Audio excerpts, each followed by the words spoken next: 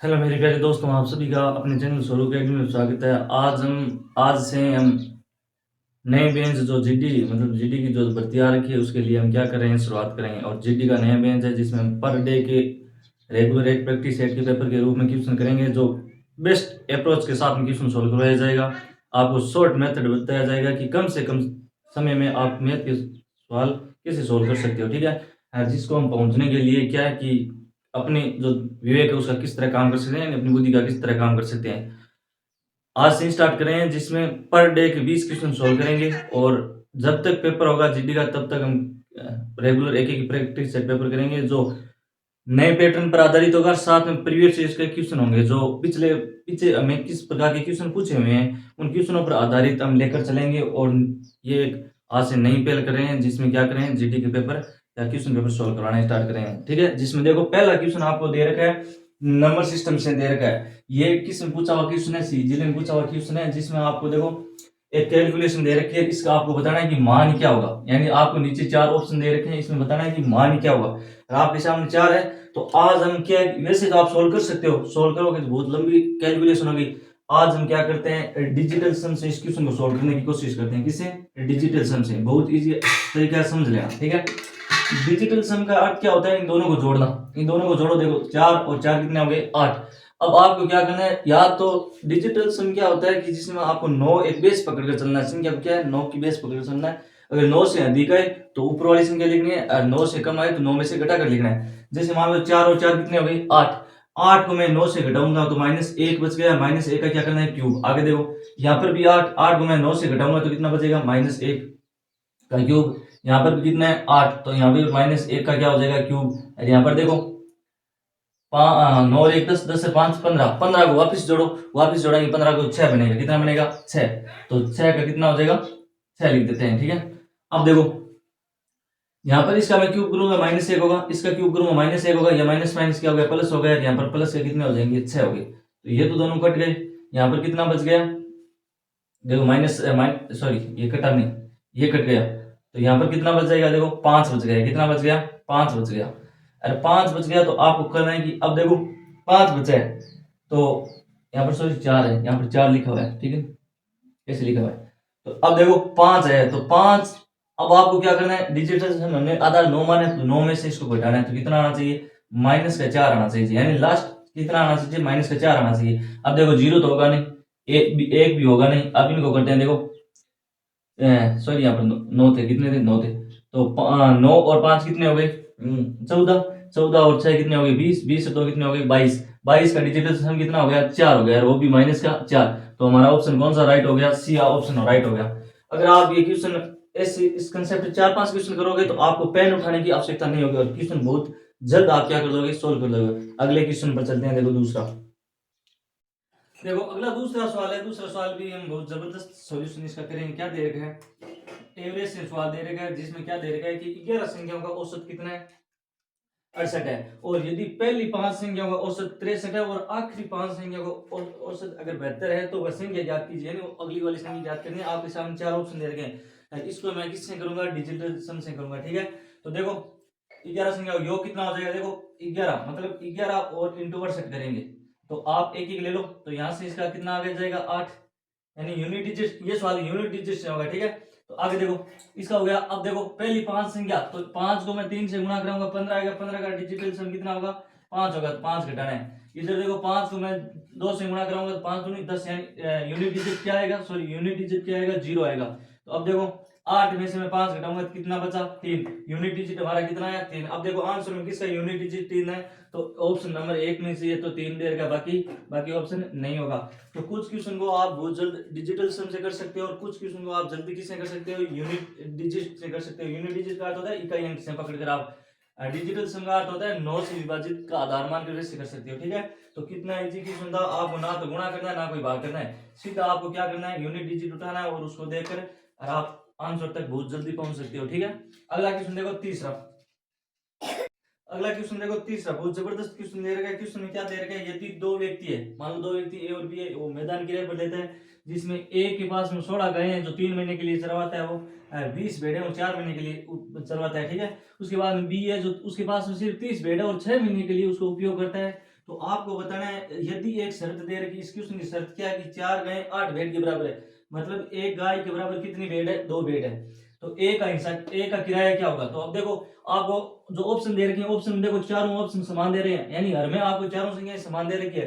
तो आपको क्या करना है, इस क्वेश्चन को सीधा आप क्या कर सकते हो, विभाजकता या डिविजिबिलिटी रूल से आप कर सकते हो। बहुत इजी क्वेश्चन है करना। देखो अगर मैं भेड़ों को गाय में बदलूंगा तो देखो एक सेम संख्या पकड़ के करते हैं हम क्वेश्चन।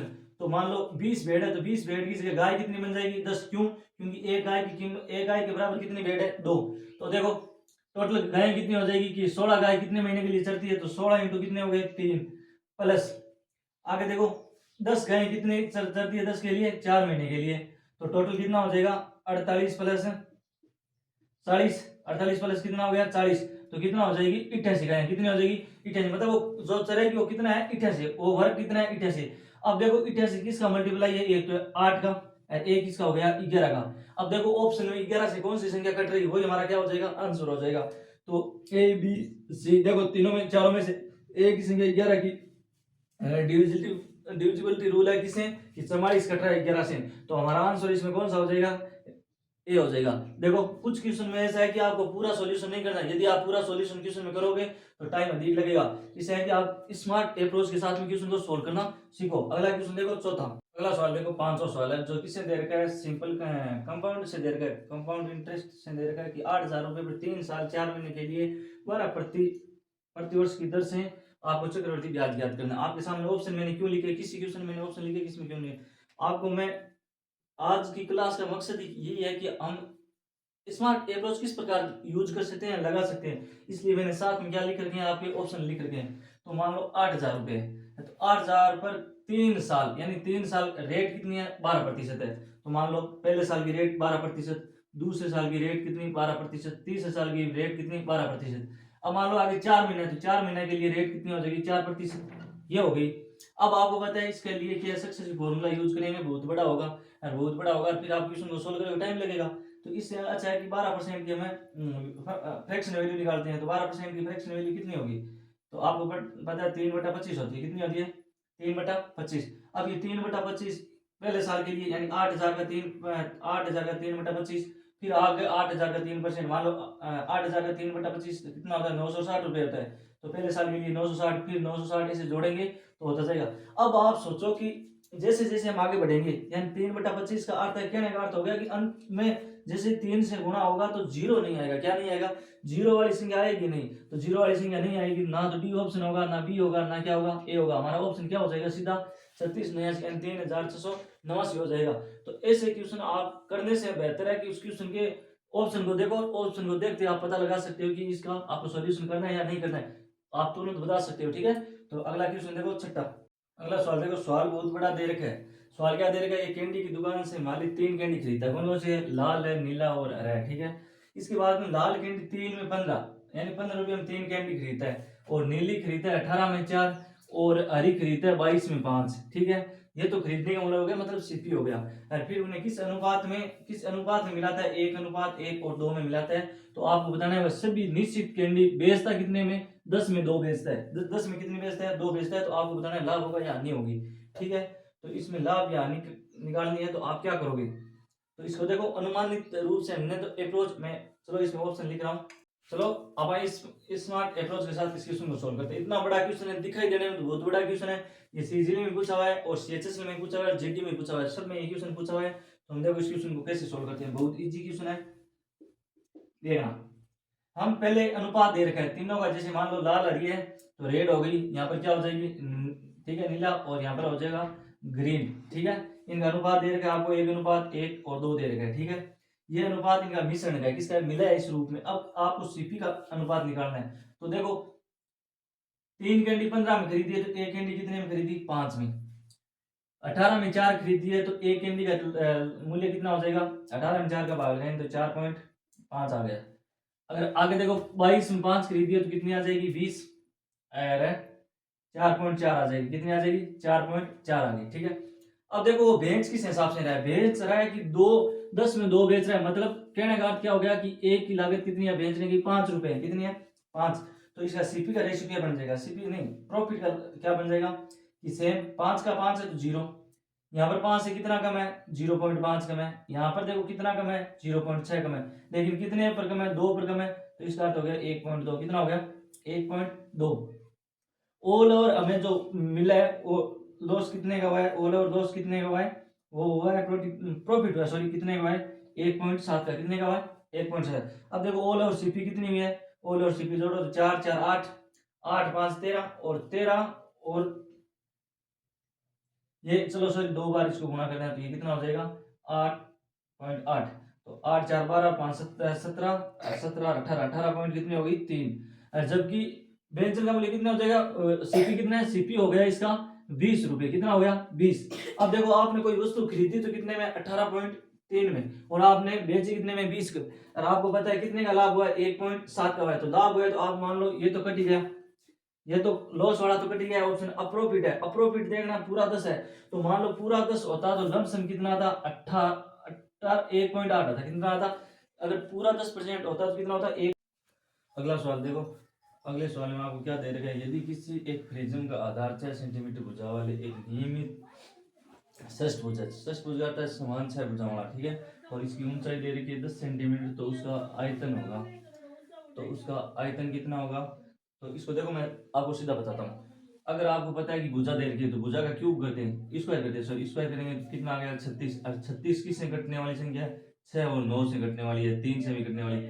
अब देखो इस ऑप्शन में 9 से कटने वाली संख्या कौन सी है, 9 से कटने वाली संख्या एक ही है, कौन सी है, डी ऑप्शन, बाकी नहीं है। अगर आप इसको पूरे रूप से करना चाहो तो कौन सा होगा इसका, देखो षष्ठभुज प्रिज्म का आयतन का फॉर्मूला लगाकर आप कर सकते हो, उससे करोगे तो भी आपके पास में उत्तर कितने आएंगे, इतने आएंगे। उसका फॉर्मूला क्या होता है, 3√3/2 इंटू भुजा स्क्वायर इंटू एच, ये होता है। जब आप इसमें इसका मान रखोगे तो काटोगे, काट पीट करोगे तो कितना आएगा, 540 आएगा। लेकिन इसमें आप करोगे टाइम अधिक लगेगा, इससे अच्छा है कि आप कुछ सवाल ऐसे होते हैं जो विभाजकता के नियम से तुरंत होते हैं, ठीक है। अगला सवाल देखो, अगला क्वेश्चन देखो, बहुत जबरदस्त क्वेश्चन दे रखा है। किससे दे रखा है, कार्य और समय और कार्य से दे रखा है, जिसमें क्या दे रखा है, 81 मीटर लंबी और 29 मीटर ऊंची और 0.8 मीटर चौड़ी एक दीवार बनाना है आपको, ठीक है। अगर एक ईंट की माप ये है तो आपको ईंटों की संख्या निकाल कर बतानी है, जिसमें साथ में क्या दे रखा है, रेत और सीमेंट का मिश्रण आपको दे रखा है, और आयतन आपको 40% दे रखा है। तो अब देखो ये क्वेश्चन आप दो तरीके से पूरा कर सकते हो। पहला आप MDH क्वेश्चन से कर सकते हो, फॉर्मूले से कि MDH 1 करके बराबर ऐसे कर सकते हो। ऐसे नहीं करके आप सीधा अगर आप विभाजकता के नियम से करोगे तो भी ये क्वेश्चन बहुत ईजी हो जाएगा, क्योंकि विभाजकता का नियम हर एक में अलग अलग लग रहा है, देख लो ऑप्शन में। तो मैं क्या कर रहा हूँ, अगर आप पूरा काट पीट करना चाहो तो क्या है, एक दीवार की माप है तो माप लिख लेना, 81 29 इंटू 0.8 बटा 72 इंटू 50 इंटू 25। अब आपको पता है यहाँ पर सेंटीमीटर ऊपर मीटर है, तो आप सेंटीमीटर को मीटर में चेंज करोगे, किसका भाग लगोगे, 100 का। तो मान लो इधर 100 से गुणा किया, यहाँ पर भी 100 से गुणा किया, और यहाँ पर 100 से गुणा किया, ठीक है। अब देखो आप इसको काट पीट कर करोगे तो इसका आपको निकालना है 60%। कितना निकालना है, मतलब 40 दे रखा है तो बचा कितना, 60% निकालना है, ठीक है। तो इस तरह आप कर सकते हो इसकी सुनो सॉल्व, ठीक है। अब बाकी आप इतना बड़ा करोगे तो आप देखो इसका गुणनखंड करते हैं, देखो 81 किसका गुणनखंड है, 9 का। 72 में क्या आ रहा है, 9 आ रहा है, अर्थात वो ऑप्शन होगा जिसमें 9 का पूरा पूरा भाग जा रहा है। तो देखो कौन कौन से में, इसमें नहीं जा रहा है, इसमें भी नहीं जा रहा है, इसमें देखो जा रहा है क्या, 3 5 8 8 16 2 18। तो सी ऑप्शन एक ही ऐसा है जिसमें 9 का भाग पूरा पूरा जा रहा है, और डी भी हमारा नहीं होगा। इस तरह आप पूरा कैलकुलेशन नहीं करके आप सीधा अगर विभाजकता से करोगे क्वेश्चन सॉल्व हो जाएगा। अगला क्वेश्चन देखो, अगला क्वेश्चन देखो जो किससे दे रखा है, एचसीएफ और एलसीएम से दे रखा है, जिसमें आपको क्या दे रखा है, वह सबसे बड़ी से बड़ी संख्या ज्ञात कीजिए। जब ये नाम याद रखना सबसे बड़ी नाम है तो आपको उस क्वेश्चन में एचसीएफ ज्ञात करना है, और जब से नाम है सबसे न्यूनतम संख्या, तो आप क्या करोगे, एलसीएम, ठीक है। तो इसमें आपको 3 संख्याएं दे रखी है, ये 3 संख्या है। यदि मैं उस संख्या से भाग करूं तो प्रत्येक स्थिति मेरे पास में 11 शेषफल बचता है, ठीक है। आपको बताना वो संख्या कौन सी होगी। तो देखो इसका सॉल्यूशन देखो बहुत ईजी है। शेषफल अगर आप ऐसे करो, इसमें से शेषफल घटा देते हैं। यदि देखो मैं इसमें से 11 माइनस करूंगा, सब में से 11 घटाऊंगा, 11 घटाऊंगा तो कितना बचेगा, देखो 10 में से अगर 11 जाएगा तो कितना बचेगा, कितना बचेगा 70। उधर बचेगा देखो 44, कितना बचेगा 44। इधर कितना बचेगा, 11 घटाएंगे तो 20। ये 3 संख्या है। अब देखो जब आपके पास में बड़ी बड़ी संख्या होती है तो उसका आपको अगर एचसीएफ निकालना होता है तो आप क्या करते हो, अगर बड़ी बड़ी संख्या का आपको क्या निकालना होता है, एचसीएफ निकालना होता है, आप क्या करोगे, उस संख्या का आप डिफरेंट लेना। मैंने आपको बताया था कि अगर एचसीएफ निकालने की कई विधियां होती है। अब आप इसमें से डिफरेंस मेथड से आप इसके क्या है कि एचसीएफ निकाल सकते हो। तो डिफरेंस मेथड करो आप, इनमें से इसको घटाओ, इनमें से इसको घटाएंगे तो क्या होगा, देखो यहाँ पहले ऐसे करो कि 4 में से 0 जाएगा तो 4 बच गया, 4 में से 2 गया कितना बच गया, 2 बच गया, 5 में से 3 गया कितना बच गया, 2।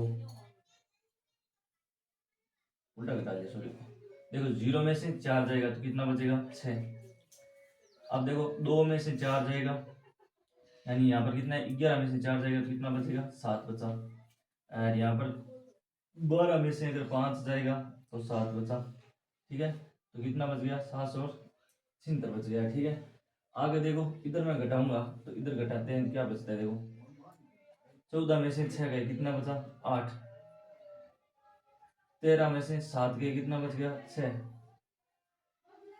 14 में से 9 गए कितना बच गया 5, तो 568। अब देखो इनका फिर हम अंतर लेते हैं तो कितना आएगा, देखो अब ये किससे घट रही है, वैसे देख लो इसके कॉमन फैक्टर कौन है इनमें से, आपको बताया न तो 90 तो होने वाला नहीं है, न 94 होने वाला, 2 तो नहीं होंगे। अब बाकी इनमें देखो इनको तोड़ते हैं तो किस तरह तोड़ सकते हैं। अगर मैं देखो इसमें 6 का भाग कितनी बार, देखो 6 से कट रही है संख्या, देखो कितनी बार कटेगी, एक बार, 17 भागे 2 बार, बाद में 12 5 56। इसमें देखो इसमें से 56 54 2 28, 6 से नहीं कट रही है संख्या, हमने शायद घटाया गलत है शायद इसकी। इसमें देखो 10 में से 4 गए कितने बच गए 6, 11 में से 4 गए कितने बच गए 7। आगे देखो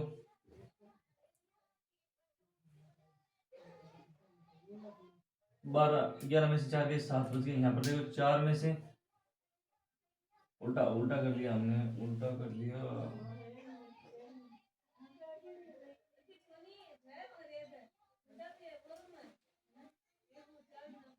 10 में से 4 गए कितने बच गए 6।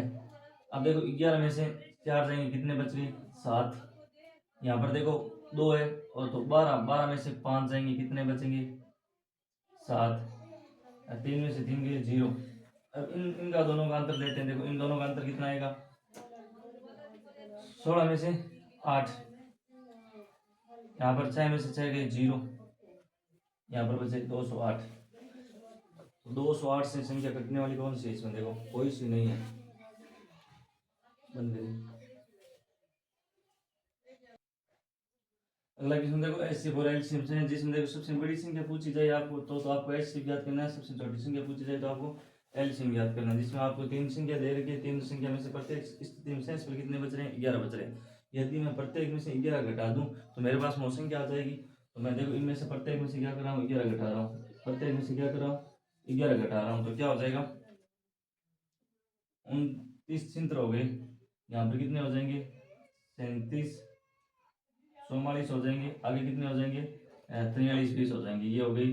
अब देखो इसमें प्रत्येक स्थिति में से आपको देखो जब आप एचसीएफ निकालते हो संख्या बड़ी बड़ी होती है तो उसमें आपको कॉमन डिफरेंस ले लेना, कॉमन डिफरेंस ही आपका क्या होगा एचसीएफ होगा, ठीक है। तो इनमें से हम कॉमन चीजें लेते हैं, कॉमन कॉमन यानी डिफरेंस लेते हैं, इसका अंतर कितना है तो घटाओ, देखो 0 में से 4 गए कितना बच गया 6। अब देखो यहाँ पर है 11 में से मैं 4 घटाऊंगा तो कितना बचेगा 7 बचा। 12 में से मैं अगर 7 घटाऊंगा तो कितना बचेगा 576। तो आपको एक ही देखना। अब देखो 576 का इनमें से कौन सा कॉमन फैक्टर है, आपको इनमें से देखना है कि फैक्टर कौन सा है इनमें 576 का। तो आपको पता है ना तो 90 तो होने ही वाला नहीं है क्योंकि शून्य तो आएगी नहीं लास्ट में। उसके बाद में देखो 4 यूनिट डिजिट है तो 92 भी नहीं आएगा। अब 94 और 96 में से देखो, इसमें देखो 96 में से अगर संख्या किससे कट रही है, देखो 6 का भाग लगाकर चेक करते हैं तो 6 का भाग इसमें जा रहा है, कितनी बार जाएगा, कितनी बार गया 9 बार, और फिर कितनी बार गया 54 3 36, तो बार कितनी बार जाएगा 96, 36 में लगे 3 54, तो कितनी बार जाएगा 96 बार, कितनी बार जाएगा 96 बार। तो हमारा उत्तर कौन सा हो जाएगा 96 हो जाएगा। कितना हो जाएगा 96। तो इसका जो वो संख्या कौन सी होगी सबसे बड़ी जिसमें विभाजित होगी उस संख्या होगी 96। कौन सी होगी 96। अगला सवाल देखो, अगला सवाल है देखो एज से संबंधित है, बहुत जबरदस्त क्वेश्चन दे रखा है जिसमें दे रखा है ए और बी की वर्तमान आयु का अनुपात 7:3 है और 4 वर्ष पहले ए की आयु और 4 वर्ष बाद बी की आयु का अनुपात 2:1 है। 4 वर्ष बाद में ए की आयु और 4 वर्ष बाद बी की आयु का अंतर ज्ञात करना है। ऐसा क्वेश्चन है, देखो मैं इसका आपको सॉल्यूशन बताता हूँ, बहुत जबरदस्त। और आप इस ऐसे क्वेश्चनों को सॉल्यूशन किस प्रकार करते हैं इधर देखना। मान ली प्रेजेंट आयु का आपको अनुपात दे रखा है, दोनों का कितना है 7:3 दे रखा है। कितना दे रखा है 7:3 दे रखा है। अब क्वेश्चन की लैंग्वेज पढ़ना, ये हो गया मान लो ए है, यहाँ पर कौन है ए है, ये कौन है बी है, ठीक है। अब समझते रहना ये ए और बी है दोनों। यहाँ पर तो बोल रहे हैं ए की बात, यानी 4 वर्ष पहले ए की बात बोल रहा है, यानी 4 वर्ष पहले यहाँ पर ए की बात है 4 वर्ष पहले। और यहाँ पर बोल रहे हैं 4 वर्ष बाद बी की, तो 4 वर्ष बाद बी की। क्वेश्चन की लैंग्वेज समझना आप, ठीक है नहीं। तो 4 वर्ष पहले और 4 वर्ष बाद में आयु का अनुपात क्या है 2:1 है। कितना है 2:1 है। अब आप क्वेश्चन को समझना कि आपको ये अनुपात की जो थ्योरम है इनको बराबर करना है। जैसे इन दोनों का योग कितना हो रहा है, यहाँ पर मान लो 10 हो रहा है, इन दोनों का योग कितना हो रहा है तो 3 हो रहा है। तो आप क्या करना, इनके योग है तो इन दोनों को अनुपात से इनको गुणा करवा देना, यानी 10 हो गए। 10 को इससे इधर गुणा करा दो, इधर करा दो, तो ये तो हो गया 20, ये हो गया 10, ठीक है। इन 3 को मैं इधर गुणा करवाऊंगा, तो इधर 3 को मैं गुणा करवा दिया, मान लो यहाँ से 3 को मैंने गुणा करा दिया, कितना हो गया 21:9 हो गया। अब देखो 9 से 10 पर गए, कितने की बढ़ोतरी हुई 1 की, उसका मान कितना है 4।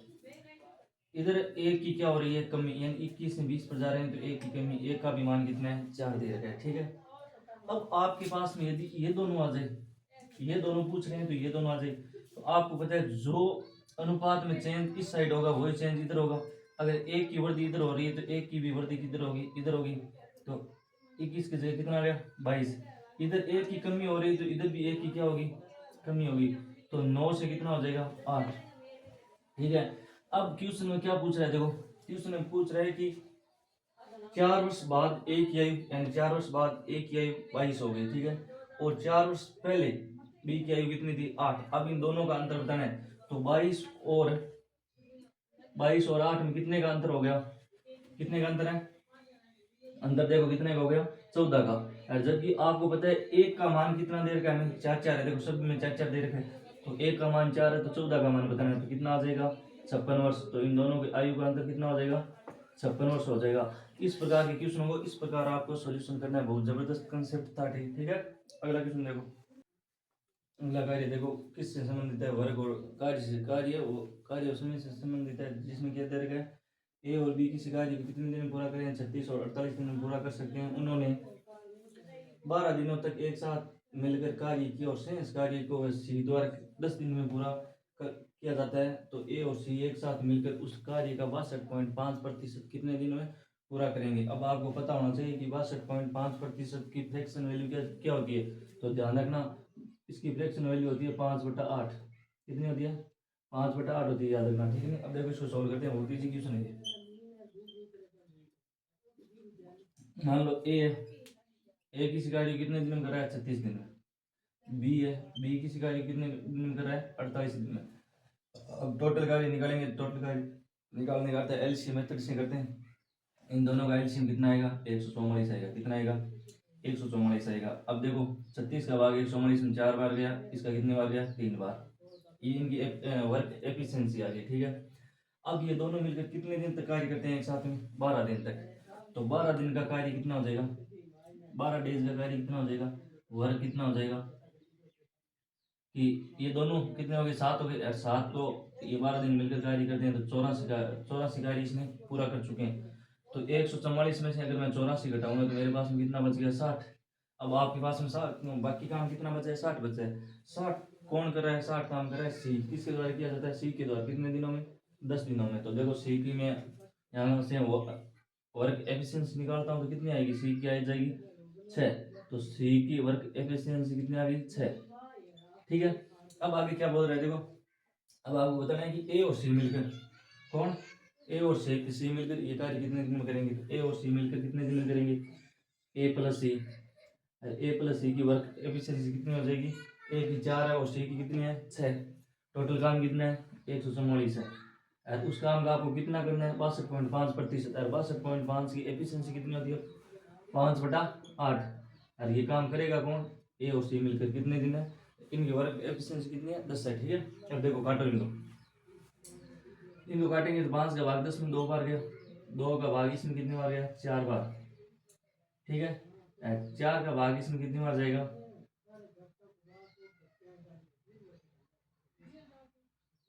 कितनी बार जाएगा 3 बार गया और 36 बार। तो ए और सी मिलकर इस कार्य को कितने दिन में पूरा करेंगे 36 दिन में। कितने दिन में करेंगे 36 दिन में। कितने दिन में काम करेंगे, दोनों मिलकर कितने दिन में काम करेंगे 36 दिन में। तो आगे बात समझो कि बस ये कितने दिन में कार्य हो जाएगा 36 दिन में। ठीक है, आगे देखो अगला क्वेश्चन। ठीक है, देखो 5 का भाग 10 में 2 बार गया, सॉरी वो मैंने गलत थोड़ा मतलब काटने में मिस्टेक हो गई। तो कितना हो जाएगा देखो 2 बार गया, 2 को मैं यहाँ पर 8 थे, 8 को 2 से मैं गुणा करूंगा 16 और 16 का भाग 144 में कितनी बार जाएगा 9 बार। कितनी बार गया 9। तो ए और सी मिलकर उस कार्य को कितने दिन में करेंगे 9 दिन में करेंगे। ठीक है, वो काट पीट में गया थोड़ी मिस्टेक हो गई। अगला देखो क्वेश्चन दे रखा है मेंसुरेशन से बहुत जबरदस्त क्वेश्चन दे रखा है कि एक शंकु की ऊंचाई त्रिज्या क्रम से 63 और 16 सेंटीमीटर है, तो एक लंबवर्तीय शंकु और संपूर्ण पृष्ठीय क्षेत्रफल ज्ञात कीजिए। संपूर्ण पृष्ठीय क्षेत्रफल ज्ञात करने के लिए देखो टोटल सरफेस एरिया ज्ञात करते हैं शंकु का, क्या होता है पाई आर, आर प्लस एल होता है, ये होता है। लेकिन आपके पास में एल नहीं दे रखा है, यहाँ पर दे रखा है एच। तो आप मान लो शंकु की एल निकालोगे, एल निकालने का तरीका क्या होगा, जैसे आप डायग्राम से समझो तो क्या हो जाएगा, ये मान लो एक इस प्रकार शंकु होता है, ये होता है शंकु, ये हाइट होती है, ये त्रिज्या होती है, ये तिर्यक ऊंचाई होती है। तिर्यक ऊंचाई का मान आपको निकालना है। आपको बताइए एक समकोण त्रिभुज है, समकोण त्रिभुज में क्या लगता है पाइथागोरस थ्योरम लगती है। तो पाइथागोरस थ्योरम से हम क्या है तिर्यक ऊंचाई निकालेंगे, क्या हो जाएगा H square plus R square होगा। तो एल बराबर क्या हो जाएगा एच स्क्वायर, एच का स्क्वायर कितना है 63 का स्क्वायर प्लस 16 का स्क्वायर। जब इन दोनों को जोड़ेंगे तो आपको पता है एक तिर्यक बनता है 63, 16 और 65 का क्या बनता है एक तिर्यक बनता है। तो एल का मान कितना आ जाएगा 65 आ जाएगा। कितना आ जाएगा 65। अब देखो ये मान आपको सीधा यहाँ पर रखना है, तो यहाँ पर रखेंगे टी सी आर, कितना आ जाएगा पाई है, तो पाई की जगह पाई रखना क्योंकि पाई ऑप्शन में दे रखा है। तो पाई इंटू त्रिज्या कितनी है, त्रिज्या 16 सेंटीमीटर। तो वैसे देखो ये क्वेश्चन हम 2 तरीके से करेंगे। देखो आगे दे रखा है 16 प्लस 65 हो गया। ठीक है, अब आप समझो कि पाई इंटू 16 इंटू कितना हो जाएगा, इनको जोड़ेंगे तो कितना हो जाएगा 81। अब देखो पहली चीज 16 का जो नियम होता है वो क्या होता है कि 4 का भाग जाने वाली संख्या देखो कि ये नहीं है, ये नहीं है, तो पहला ऑप्शन तो ऐसे ही कट गया। दूसरी बात है कि 81 9 का भाग जाना चाहिए। तो 9 से विभाजित वाली संख्या देखो, 9 से विभाजित वाली संख्या ये सभी 9 से विभाजित है, ये सभी तीनों संख्या 9 से विभाजित है। लेकिन देखो 4 से विभाजित है, ये संख्या 4 से विभाजित है क्या, नहीं है। देख लो अगर है तो, क्योंकि 62 आ रहा है, 62 4 से विभाजित नहीं है।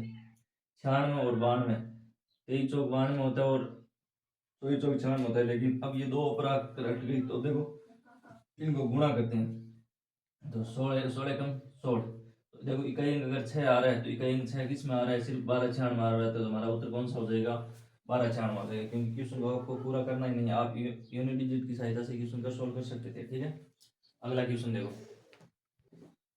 अगला ये लास्ट क्वेश्चन है इस आज जो हमने जो किया कि प्रैक्टिस सेट पेपर स्टार्ट किया उसका आज ये लास्ट क्वेश्चन है। देखना बहुत जबरदस्त क्वेश्चन दे रहा है, क्वेश्चन की लैंग्वेज बहुत बड़ी है, हम इसको आसानी से सोल्व करेंगे। देखो 12 पेनों 7 पेंसिल का मूल्य 233 रुपये, यदि एक पेन के मूल्य में कमी कितनी हो रही है 1.50 रुपये की कमी हो रही है और एक पेंसिल के मूल्य में 1 रुपये की वृद्धि हो रही है, तो आपको बताना है 2 पेन 3 पेंसिल का मूल्य 48 रुपये हो जाता है। तो आपको लास्ट में ये बताना है 4 पेन और 1 पेंसिल का मूल्य ज्ञात करना है। ठीक है, बहुत ईजी है। मान लो कि आपने छोटी कक्षा में पढ़ा होगा कि इनको अक्स वाई मानकर हम कर सकते हैं। मान लो पेनों की संख्या अक्स है और पेंसिल क्या है, वाई है, तो हमारी पहली समीकरण क्या बन जाएगी, देखो 12x प्लस 7y बराबर कितना हो जाएगा, 233। ठीक है, अब देखो एक पेन का मूल्य मान लो अक्स था, तो अक्स में से कितने की कमी हो रही है, देखो अक्स में से कमी हो रही है 1.50 की। ठीक है, आगे देखो प्लस और पेंसिल में कितनी कमी वृद्धि हो रही है, 1 की वृद्धि हो रही है, तो y प्लस 1 की वृद्धि। अब ये कितने पर हो रही है, 2 पेनों पर, मतलब ये 2 पेन हो गए, कितनी पेंसिलें, 3 पेंसिलें, इनका मूल्य कितना हो जाता है, 48 रुपये। कितना हो जाता है, 48 रुपये। अब देखो इसको अंदर गुणा करते हैं तो क्या होगा, 2x, इसका डबल कितना हो जाएगा 3, कितना हो गया, 1.5 का डबल कितना हो गया 3, प्लस 3y प्लस 3 बराबर कितना हो जाएगा 48। 3 से 3 कट गया। ठीक है, अब देखो ये समीकरण है, इस समीकरण की अगर मैं तुलना करूं तो मुझे 12x हटाना है, 12x चाहिए यहाँ पर, तो मैं इस पूरे समीकरण को किससे गुणा करूंगा, 6 से गुणा करता हूँ। ठीक है, 6 से गुणा करूंगा तो क्या कितना हो जाएगा, 12x प्लस 18y बराबर, जैसे मैं इसको 6 से गुणा करूंगा तो 48 लगी, 4 24 4 88। ठीक है, अब मैं क्या करता हूँ, इस समीकरण को इसमें से घटा देता हूँ, और घटाऊंगा तो बहुत इजी हो गया। ठीक है, अब इस समीकरण को मैंने घटा दिया, घटाते ही एक मान तो हट जाएगा, बाकी कितना बच गया 11y, यहाँ पर कितना बच जाएगा 55, कितना बच गया 55, तो y की वैल्यू हमारे पास में कितनी आ जाएगी, 5 आ गई। कितनी आ गई, 5। जैसे मैं y की वैल्यू ऊपर रखूंगा किसी भी समीकरण में, जैसे मान लो मैं इस समीकरण में रखता हूँ तो मेरे पास में कितना आ जाएगा, देखो इधर देखो कि 2x 3 इंटू 5 बराबर कितना है 48 है। ठीक है, तो उधर जाएगा तो 2x प्लस 15 बराबर कितना हो जाएगा 48, और x की वैल्यू कितनी आ जाएगी, ये इसमें से घटाएंगे 33/2 आ गई। ठीक है, तो x की वैल्यू कितनी आ जाएगी 33/2 आ गई। ठीक है, अब ये मान हमें देखो आगे पूछा है कि 4 पेन यानी 4x प्लस इनका मूल्य पूछा कि इसका मूल्य कितना होगा, तो इसमें x और y की वैल्यू रखते हैं, तो 4 इंटू 33/2 प्लस 5, तो कितना आ जाएगा, 2 का भाग इसमें कितने बार गया, 2 बार, 66 और 5 कितने हो गए 71, तो कितना रुपए लगेगा 71 रुपए लगेगा। ठीक है, तो इस प्रकार ये क्वेश्चन आपको सोल्व करना था, बहुत जबरदस्त क्वेश्चन था। ठीक है, आज की क्लास में इतना ही। अगर आपको क्लास अच्छी लगी है तो लाइक और सब्सक्राइब कीजिए। आप सभी का धन्यवाद।